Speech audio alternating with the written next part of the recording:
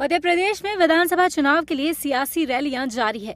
BJP के star प्रचारकों में से एक रक्षा मंत्री राजनाथ सिंह ने मध्य प्रदेश के सागर जिले में 4 जनसभाओं को संबोधित किया और कहा कि इस बार फिर से बीजेपी की सरकार मध्य प्रदेश में बनने जा रही है।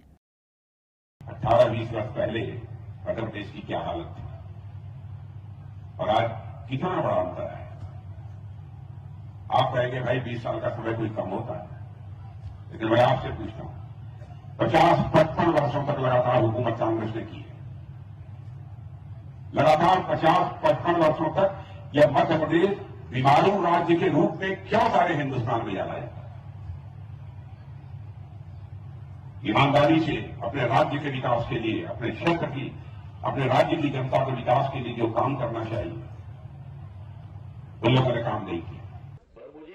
वहीं कांग्रेस छोड़कर बीजेपी में शामिल हुए ज्योतिरादित्य सिंधिया ने कमलनाथ के ऊपर निशाना साधते हुए कांग्रेस को 3C की सरकार बताई है।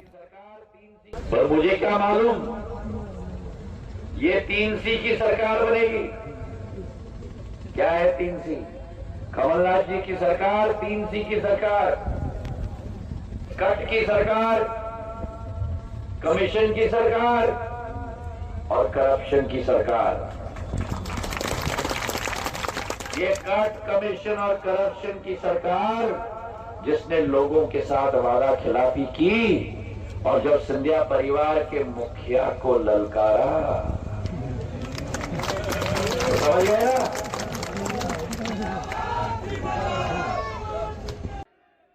बीजेपी के अलावा समाजवादी पार्टी के अध्यक्ष अखिलेश यादव ने भी कांग्रेस पर तंज कसा है। मध्य प्रदेश में चुनाव प्रचार के दौरान कांग्रेस और कमलनाथ पर जमकर भड़कते नजर आए अखिलेश यादव ने क्या कुछ कहा है, सुनिए। कांग्रेस को भी वोट मत देना, बहुत चालू पार्टी है कांग्रेस, सावधान रहोगे कि नहीं रहोगे। बंसल जी बेबंदे में दुखी थे, कांग्रेस ने धोखा दे दिया। अरे जब हमें धोखा दे दिया तो तुम कहां के बंसल हो। बंसल जी दुखी है, कांग्रेस ने धोखा दे दिया, हमें पहचाना ही नहीं। अरे भाई जिनकी उम्र 80 साल हो कैसे पहचानेंगे आप। इसी बात पर बीजेपी की तरफ से भी बयान आया है। केंद्रीय मंत्री राजीव चंद्रशेखर ने कहा कि मैं आमतौर पर अखिलेश यादव की बातों से सहमत नहीं होता, लेकिन उन्होंने कांग्रेस के बारे में अच्छा विवरण दिया है। उस फ्रॉड के बारे में मैं ज़्यादा अखिलेश जी के साथ सहमत बड़े चीज़ों में नहीं हूं, लेकिन उन्होंने एक बहुत अच्छे डिस्क्रिप्शन किया कि कांग्रेस एक फ्रॉड है और मैं उस फ्रॉड के बारे में और उनके फ्रॉड के राजनीति के बारे में और फ्रॉड के गारंटीज के बारे में आपके सामने थोड़े फैक्ट्स रखना चाहता हूं। उनके एक नया पॉलिटिकल स्ट्रैटेजी है कि हर स्टेट में जाकर कुछ ना कुछ प्रॉमिस करे, कुछ ना कुछ गारंटी के बारे में कहे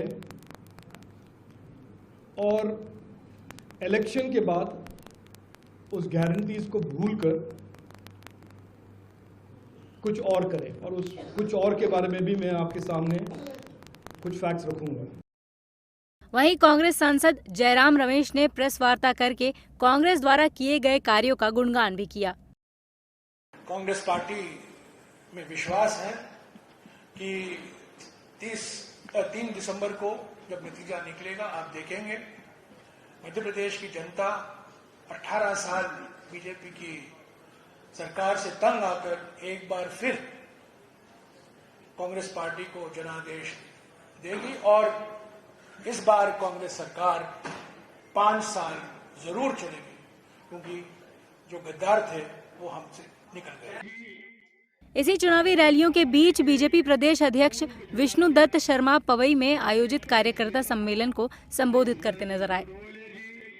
ऐसे कार्यकर्ताओं का सम्मान भी माननीय प्रधानमंत्री जी ने किया और प्रधानमंत्री जी ने भोपाल के उस मेरा बूथ सबसे मजबूत के अभियान में कहा था, जो आपके लिए मैं बताना चाहता हूं। माननीय प्रधानमंत्री जी ने कहा हमारा प्रत्याशी कौन है देश के अंदर, तो हमारा प्रत्याशी कमल का फूल है। हमारा प्रत्याशी, आवाज दो, हमारा प्रत्याशी तो कमल का फूल है और कमल के फूल के नाते सब मैदान में करते हैं। बता दें कि मध्य प्रदेश में 17 नवंबर को वोट डाले जाने हैं और नतीजे 3 दिसंबर को घोषित होंगे।